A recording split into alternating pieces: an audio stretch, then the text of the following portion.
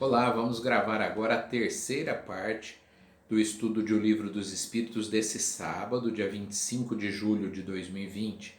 Estamos estudando o livro segundo, O Mundo Espírita ou dos Espíritos, capítulo 7, Retorno à Vida Corporal, e o item 5, Idiotismo e Loucura. Agora nós vamos para a questão 373A, quando Kardec pergunta: um corpo de idiota pode então encerrar um espírito que tivesse animado um homem de gênio numa existência precedente? Sim, né? O espírito pode ter sido de uma pessoa até famosa, conhecida, alguém brilhante na ciência, na religião, na arte, na, na, na música, qualquer item aí. Vai, Edmir, mas se ele era tão brilhante, mas aí que é o problema. Ele era brilhante naquele item, mas moralmente, às vezes era um espírito problemático. Então, a gente tem que entender que o fato do espírito ter progredido, se desenvolvido muito em uma área, não quer dizer que ele tenha se desenvolvido em todas. Quando a gente fala de educação espírita, a gente costuma citar Howard Gardner, né, que é o autor do livro Inteligências Múltiplas, e falar de Joana de Ângeles, que ditou antes, aliás, do Gardner, um livro para o Divaldo chamado O Homem Integral, que fala também dos desenvolvimentos múltiplos de todos nós. Então, para lembrar algumas das inteligências, né, lógico-matemática, inteligência linguística, pictórica, musical, intrapessoal, interpessoal, enfim. Essas inteligências, às vezes nós vamos muito bem numa, mas estamos bem atrasados em outras. Às vezes nosso senso de justiça é muito equivocado, então usamos da nossa inteligência lógico-matemática, linguística, para fazer o mal. Não são raras as vezes que a gente vê pessoas dotadas de grande capacidade usando essa capacidade apenas a serviço do seu egoísmo, apenas a serviço do seu orgulho, não é?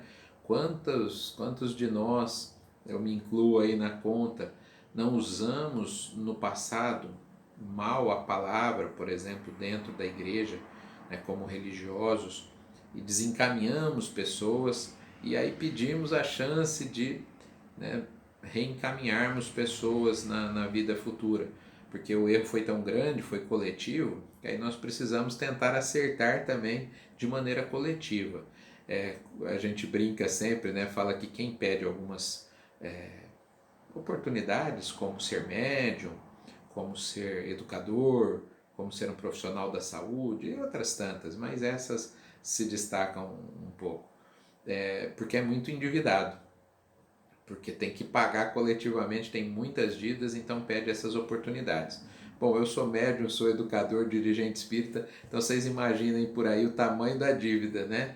Justamente porque assim a gente pode fazer o bem coletivamente para compensar aquele mal coletivo que fizemos no passado, às vezes usando da nossa inteligência, usando das nossas faculdades, certo?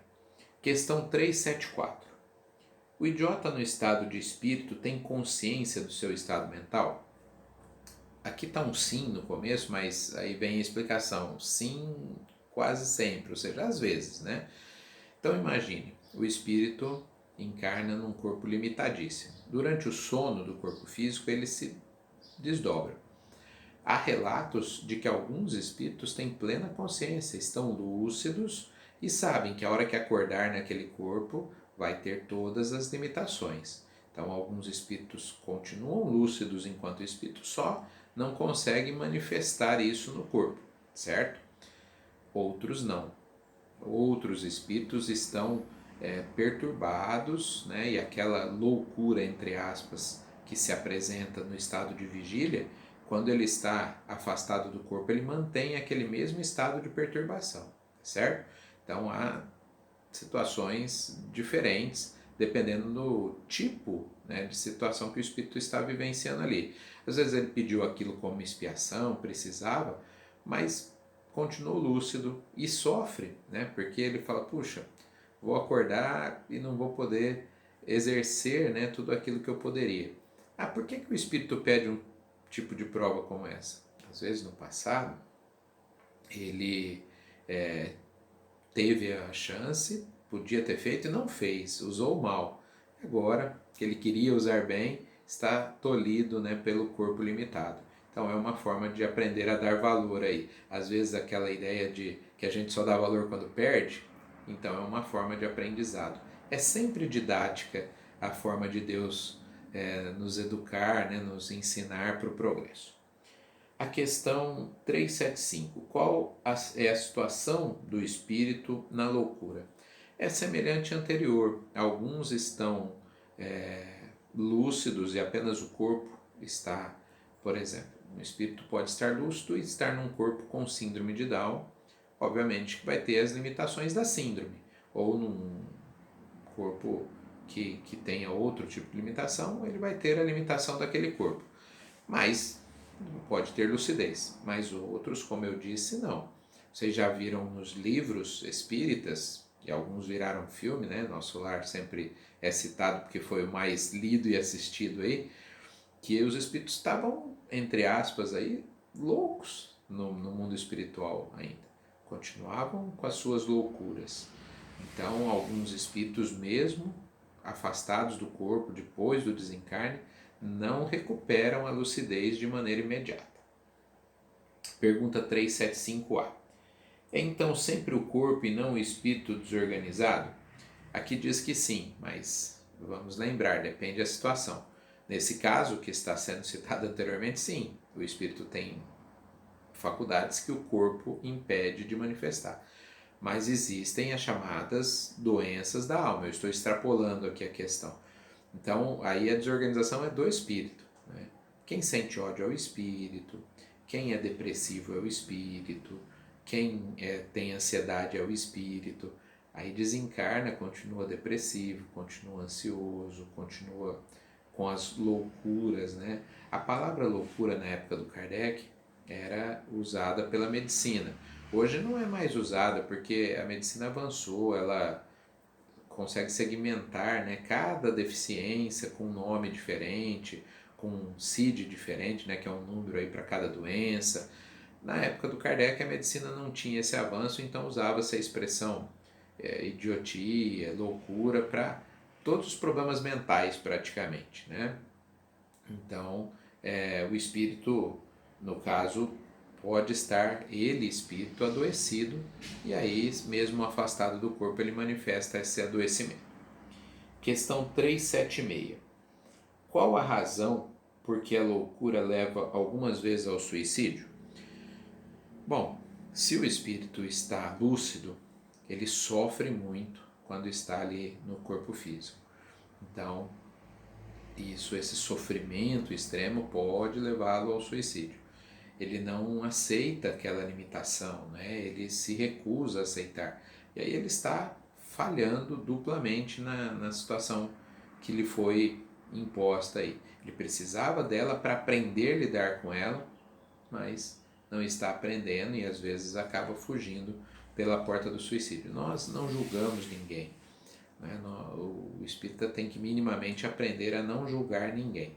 Então, se alguém tentou suicídio, se algum familiar de um suicida nos procura, nós amamos, acolhemos da melhor maneira possível. Agora, se alguém disser assim, teoricamente, o suicídio é uma saída, o Espiritismo tem clareza nessa resposta. Olha, não é, porque a vida continua. E se a pessoa está em perturbação aqui, ao desencarnar, continuará em perturbação no mundo espiritual. O sofrimento tende às vezes, né, muitas vezes, como relatam os suicídios, não é? Suicidas, melhor dizendo, tende a aumentar. Então, a gente aponta que o suicídio não é um caminho, mas nós não julgamos ninguém que naquele momento entendeu que era a melhor saída, ainda que a gente saiba que não é. Questão 377. Após a morte, o espírito se ressente da perturbação de suas faculdades? Sim, muitas vezes. Muitos espíritos continuam atrelados à matéria, então vai para o mundo espiritual, nem sabe que desencarnaram e continuam manifestando as mesmas dificuldades que quando estavam encarnados.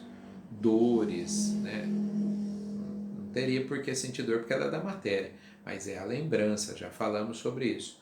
Então ele sente fome, ele sente frio, ele sente medo, ele sente dor, ele sente tudo aquilo Bom, medo não se encaixaria mesmo aí mesmo, nesse exemplo.